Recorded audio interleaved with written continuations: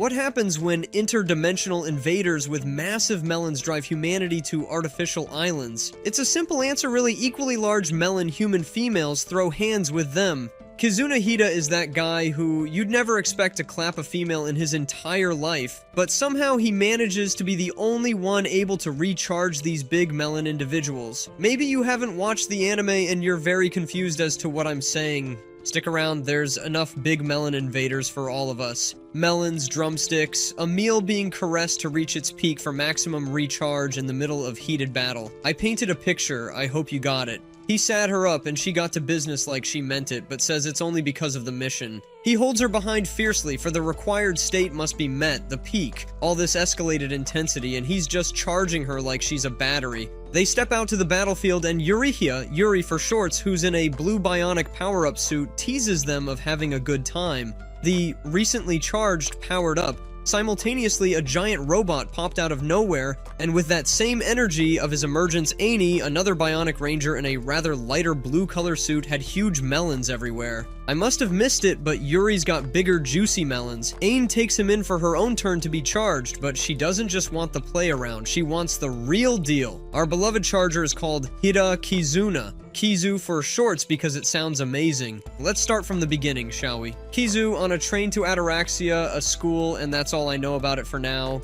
And also his sister goes there too. Immediately after his footsteps on school soil, his sister calls him up and tells him to rush to the HQ in a very commanding tone because he was pulling back. He rushed out of the midst of people before she embarrassed him, but landed in the middle of nowhere at a riverbank where he first met Ani, standing on another peninsula. She went to him and asked who he was. He was startled, but eventually got the words to say his name out of his mouth. Just as she was feeling high and mighty, telling him to grovel on the ground and kiss her feet, the alarm went off, the school was under attack, and it was those Decepticons. Autobots are for the good guys, and to whomever coined those names, you did a wonderful job. Ain's bionic suit battery is low, but she engages in battle anyway. She began to stripe right in front of Kizu, who finds it hard to take his eyes off the wonderful figure striping next to him. She transforms and opens a pigeonhole in the floor that contained big guns.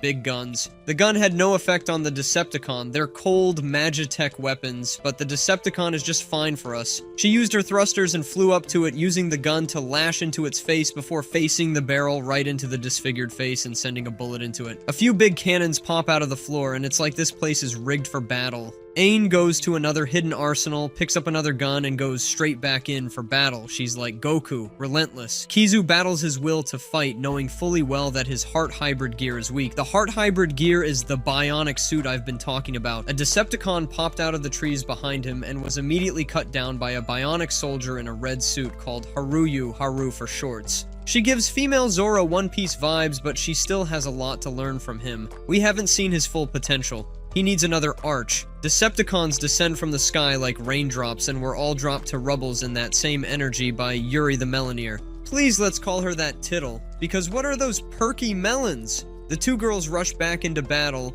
leaving Kizu to battle with his will to fight. Ani, tearing through the Decepticons like they're just toys playing soldier, suddenly has a suit failure due to a power outage. She began to descend into the water. This gave Kizu enough will to transform into that weak bionic form, and she flew in to catch her. Kizu's sister immediately called in as they crash-landed on the floor and told him to hug her unless they die. Without hesitation, without blinking twice, he sent his hands in and gripped her melons. He realized what he was doing after a few seconds of honking at her. His Oni-chan told him to keep going. He began to gently and carefully caress her. She told him to spread and caress her drumsticks, but one thing led to another, and his face plunged directly into her peach. Time for the finish. His Oni-chan told him to grope her melons like his in it to milk 'em dry. She moans out loud and wakes up. It took her a few seconds to realize what was going on, but as soon as she grasped the situation, she sent him flying with a nice punch. She suits up and destroys the army of Decepticons like it was nothing.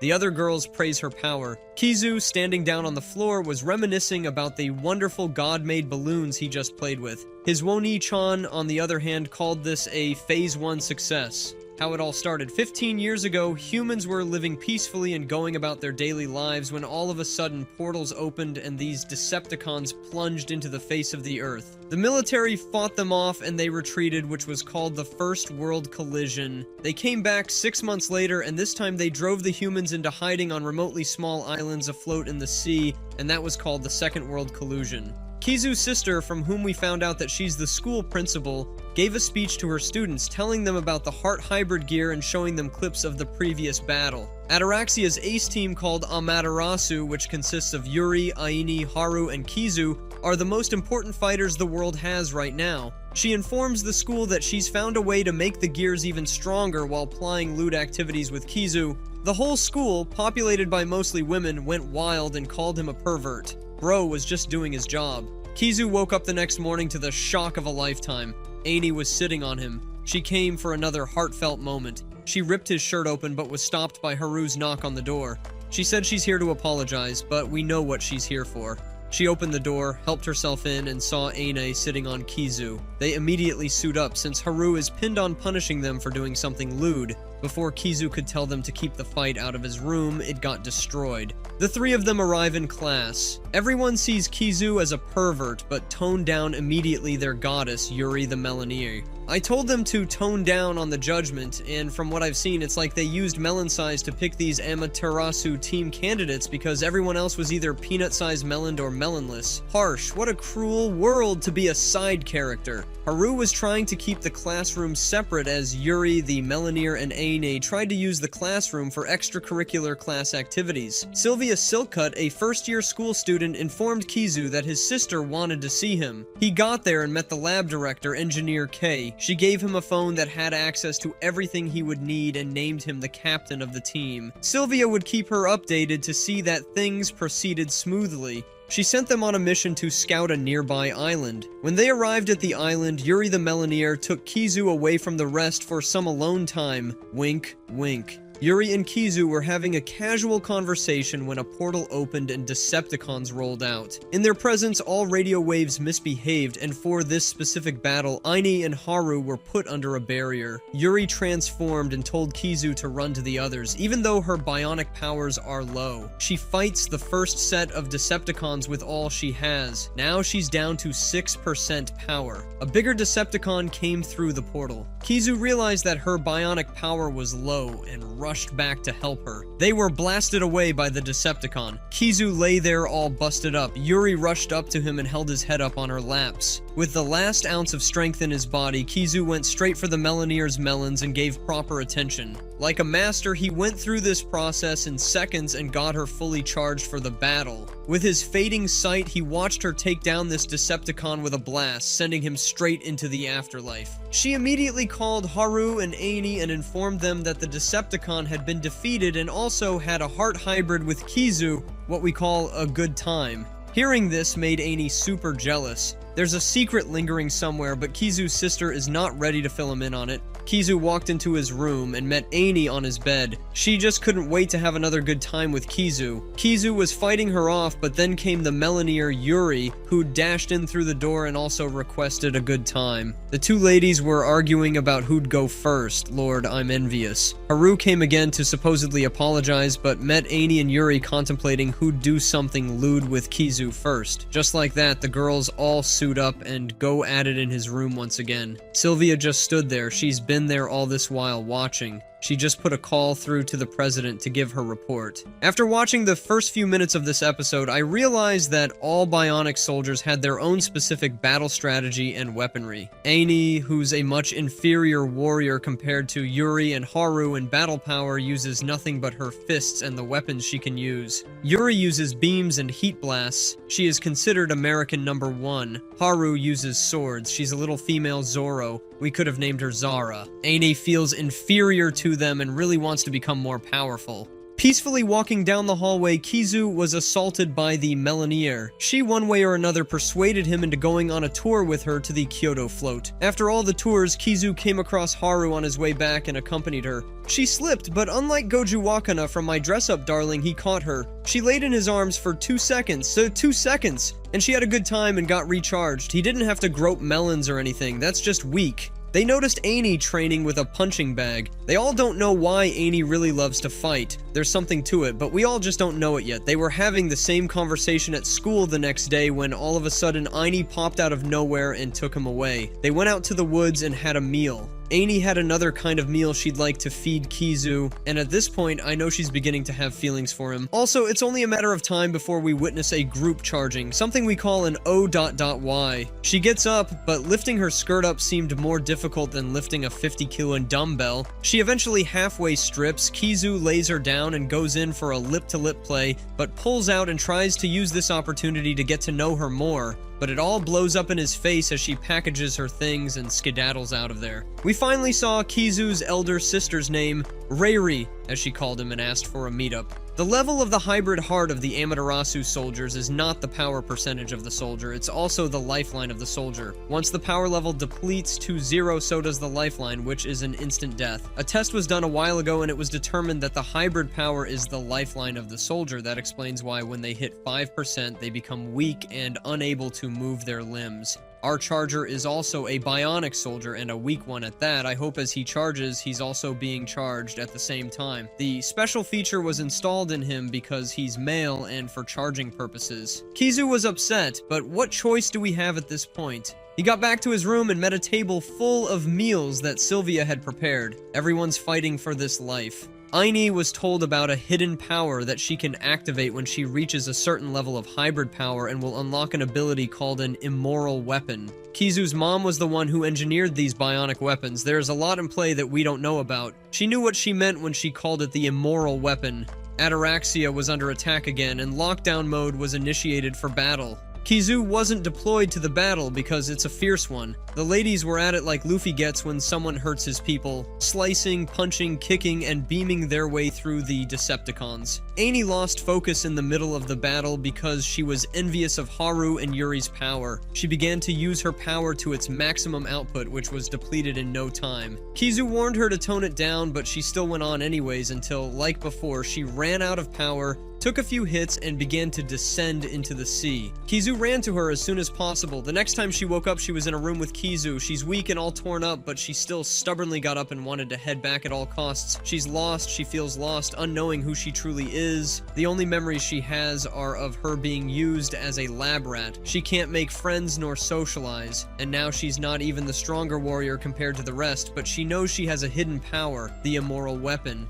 She has tried to climb up to that power, but she couldn't. Oh, what joy filled her heart when she came across Kizu, who could do wonders for their power levels with just his hands. She thought he was her knight in shining armor, which he is. She read books and tried to seduce him so many times, but she seems to not just get it right every time. Kizu feels wise, he knows how important she is, and lets her know that she's important not just to the mission, but to the world. When she arrived at the lab, she took his place as his mom's lab rat. A person's value isn't decided by their ability. It's decided by how they live. She decided to have a good time with Kizu and requested it. With no hesitation, they get down to business. It's her first time having a good time while she's conscious. The first time she was barely awake. She's recharged, but she's not done. She's still not satisfied. She's like a hungry lioness yearning for more. She, this time, climbs on him. HQ calls in and informs them of something higher than a heart hybrid, a good time. They tell them about the climax hybrid, which we'll call a better time.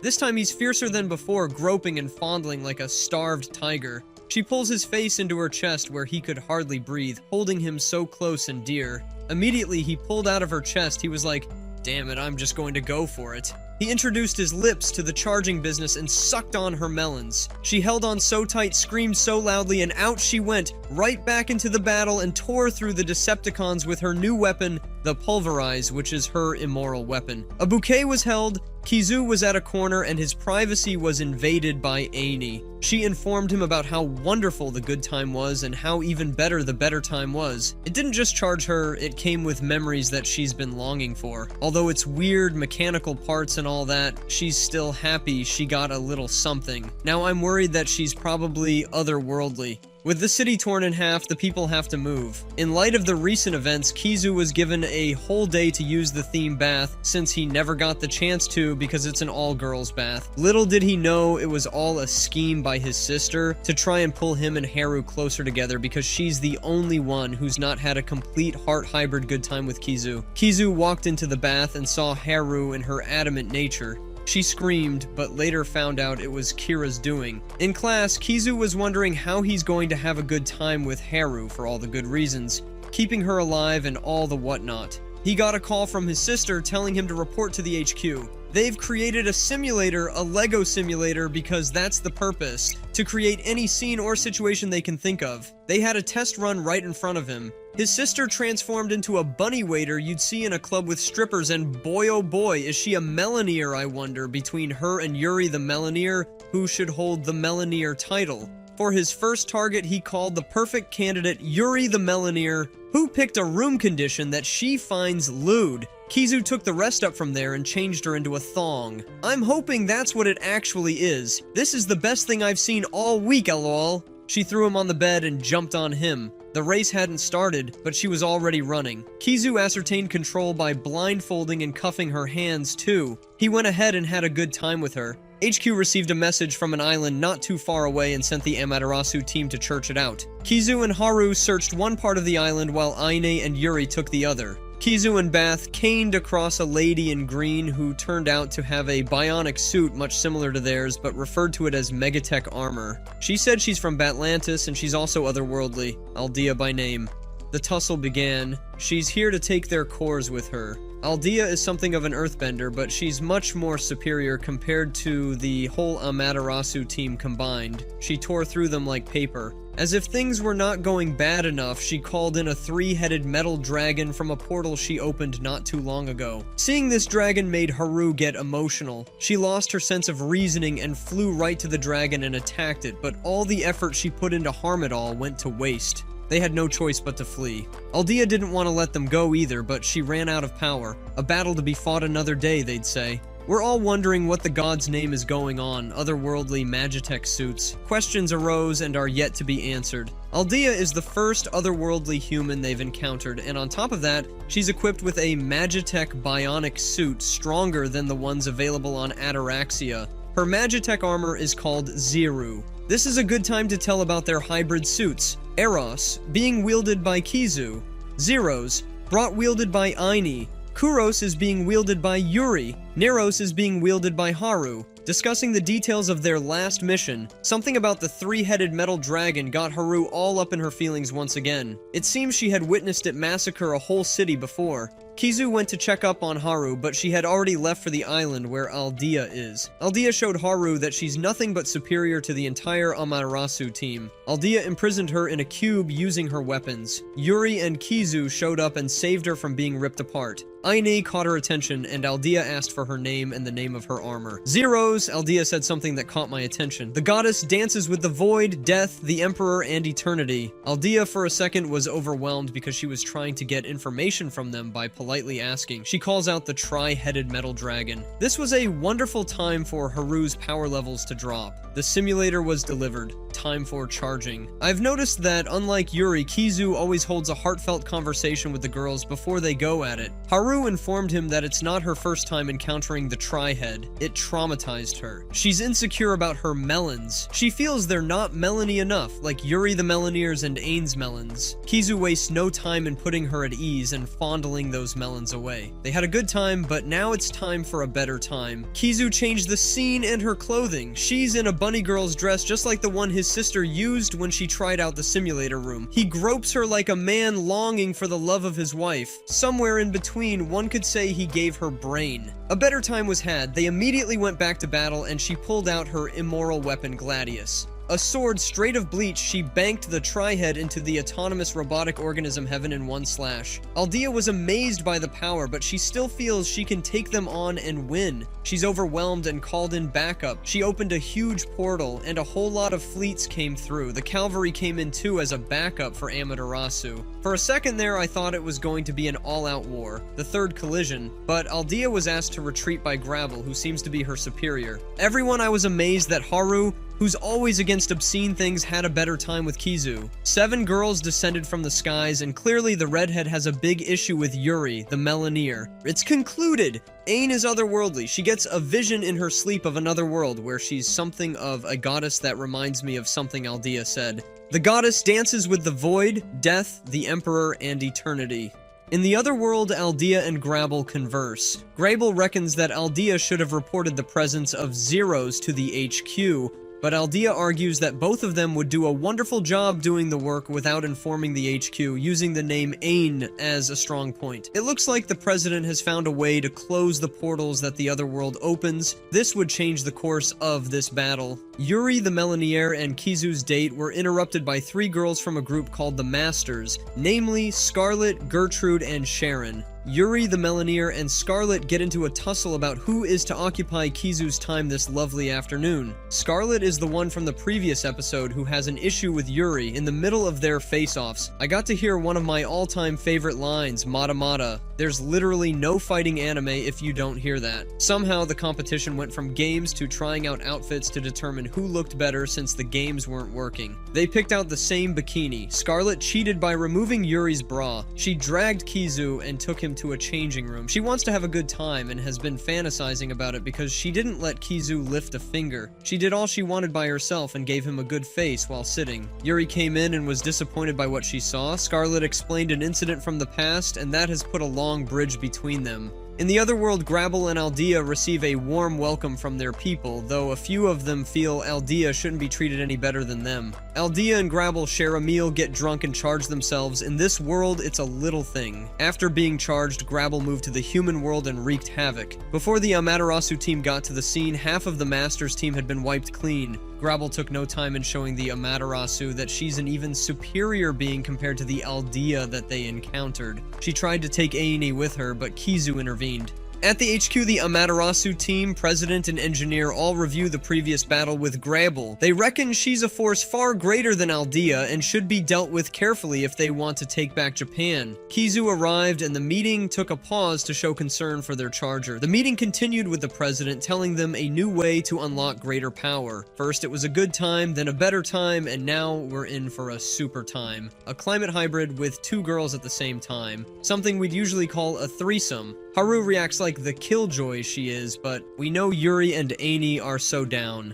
Kizu has other plans, and I'll keep them to myself until later. He called Scarlet to the simulator, but didn't inform her that Yuri the Meloneer would be there. Kizu plans to have a super time with them both. Yuri understands the plan. They sit in a tub, and Yuri baits Scarlet by telling her she's a child and resting on Kizu's dry chest. She slipped and fell on his chest too. The stimulation was unhinged. A good time was attained. Now it's time for the purpose of our gathering. Let's all grab our popcorn and get this, for it is going to be detailed. At the current time, libido had overwhelmed Scarlet, who dashed in and put her hands on the melons of the Meloneer. I'm pissed. I'll urge you to put down your popcorn because Kizu interrupts this beautiful scenery with pictures of Yuri and Scarlet from before the great incident that drove them apart. Yuri didn't know the Decepticons would appear where she sent Scarlet and the rest too, but they did, and that made Scarlet think that she led them to wear off the enemy so Yuri could have the last strike and take all the glory part she actually took. Looking at 2 of them standing face to face, you can testify that the title Meloneer was well awarded. They both run up to him and plunge him into the depths of their melons, a meloniverse. They caress him and plunge themselves down a trail of pleasure. A difficult decision rather, Kizu was placed with 2 pairs of melons to choose from, and like a wise old man, he placed one from each pair next to each other and sucked them. Everyone was more than fully charged. The Amaterasu and the leader of the Masters storm out to face Aldea and Grabble. In the first few seconds, the Otherworld fighters were giving them a beat down. Yuri pulled out her immoral weapon and displayed its power by taking on Aldea and defeating her. This enraged Grebe pulls her super amazing weapon, the sword Gatling. She faces off with Kizu, who's the only one who hasn't fought. Before we proceed, it's long been established that Kizu's hybrid gear can copy any other hybrid gear that he has charged, like the copy of Ninja Kakashi from Naruto. He used the Kuros form, which is a fist battle suit. He summoned every weapon he could and fired all at once at the sword Gatling, which for a second there was like Kizu was overwhelming her, but no, she was still overpowering him. He employed the Scarlet skills of bombing and blasted the Magitech power out of her. She crawled up to Aldea and held them. They beamed away. It's a win today, but it was narrow. Really narrow. The wind of war blows near, and I reckon that everyone should begin to prepare. The president makes plans to take back the better part of Japan from the outside. A festival is at hand, but will this festival be a happy celebration till the end? Kizu gave a presentation in class, but that's not what all the boys want to know. And truthfully, I had no idea that they had so many boys in this school. I'm shocked to the core. They asked him for a presentation, you know what he does, and after a while, he gave in. He put up a hologram of a girl and showed them the erogenous paths, but this dumbbell didn't understand a thing he said, probably because he added the consideration of scenery and clothing. Everything was going fine until Haru, the disciplinarian, showed up and scattered everything. Kizu went to the girls and was told that Aini was nowhere to be found. He asked a few questions and set out in search of her. With this festival going on, it's going to be a whole lot of searching to find her, especially if she's mobile and doesn't want to be seen. In his search for her, he met various people, including a member of the Masters who was injured and had been in the infirmary for a while but was not willing to spend this festival watching from the sidelines. She also hadn't caught sight of Aini on her food spree. He also met with Engineer K, who was viewing explicit first-hand magazines of pictures of Kizu and the girls. He was shocked, and so are we. She also has not caught wind of Aini. Kizu ventured into a cafe where the remaining members of the Masters were having the time of their lives, ripping people of their money, charging money for sitting down on their chairs, and also making inquiries. He also met Sylvia, whom he took to Yuri and Haru in place of Aini for their performance. In the other world, Grabble was chained up to pillars on her left and right, and she was convicted of being a criminal for helping Aldea, who was considered a traitor. They knew about the presence of Zero and Ain and kept it to themselves. She was molested, and later a purple lady with a whip came out of the shadows and enchanted her, making her feel nothing but pure pleasure. She whipped her multiple times and shattered all her hope for a savior by showing her that Aldea was already her pet. They got information about the whereabouts of Zeros and were interrupted by a lady who was rather familiar on their way out. Back in the world of humans, it was time for the Amaterasu team to perform, and that's when Kizu found her in a classroom. Yuri, Haru, and Sylvia began performing. Kizu and Aini discuss how Aini doesn't like the memories she gets every time she has a better time and doesn't want to have any more time with Kizu. Kizu calmed her down and charged her, and as she reached the peak of her pleasure, other worldly visions of her being worshipped flashed into her head, and then it was red alert. Enemies were approaching. The Amaterasu suited up and flew towards the ship. Kizu and his elder sister are shocked to see their mother as the head pilot of that otherworldly ship. I'm way more shocked than he is. His mother told him that she was in the other world for research purposes. Could she be the one who called them to our beloved Earth in the first place and ruined it? Or they noticed her and came for her superior intellect, like the way Tony Stark was known all through the galaxy for his brains. It turns out it wasn't her real self. It was a hologram she sent with a massive fleet to convey a message that Kizu should come find her in Tokyo.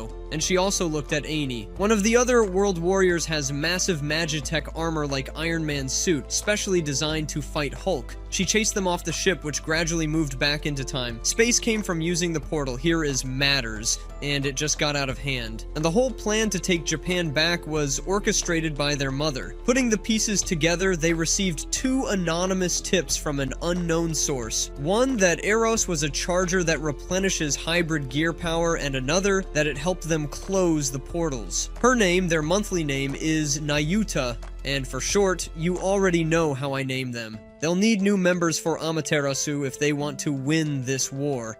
Kizu was to pick, and was handed a list of candidates. At first sight, he went straight to recruit Sylvia. Sylvia is a small-statured and well-mannered wife-material girl whose death would be really depressing to me. There was a slight miscommunication between Kizu and Sylvia, but from deep inside, she's always wanted to be a part of Amaterasu. They go in to install the core in a room that looks like Barbie from Diamond Castle decorated it. Sylvia prefers that Kizu install the core, and without hesitation, strip it with the split of a second. She loves him, and even Bartimaeus, who was blind in the Bible, would have seen it. In preparation for the battle, the engineering team supplied weapons that were made specially to send those world-stealing thieves back to their place for good. No matter how Kizu tried to get through to Aini, it didn't work. She's playing the hard girl card, and that won't seem to work out well. We're drawing closer to the first scene in episode 1. It's a new day, a day that the Lord has made, and a day to get to Japan and send these creeping Decepticons and their master back to the world whence they came. See, diving Decepticons attacked the floating island. The masters took care of it, leaving Amaterasu to fly to Tokyo. I spy with my right eye, and I don't see a tiny little angel called Sylvia. Amaterasu transform like Power Rangers do, all together, but what's unique is the enormous size of the Melonier Yuri and the melons Haru was blessed with.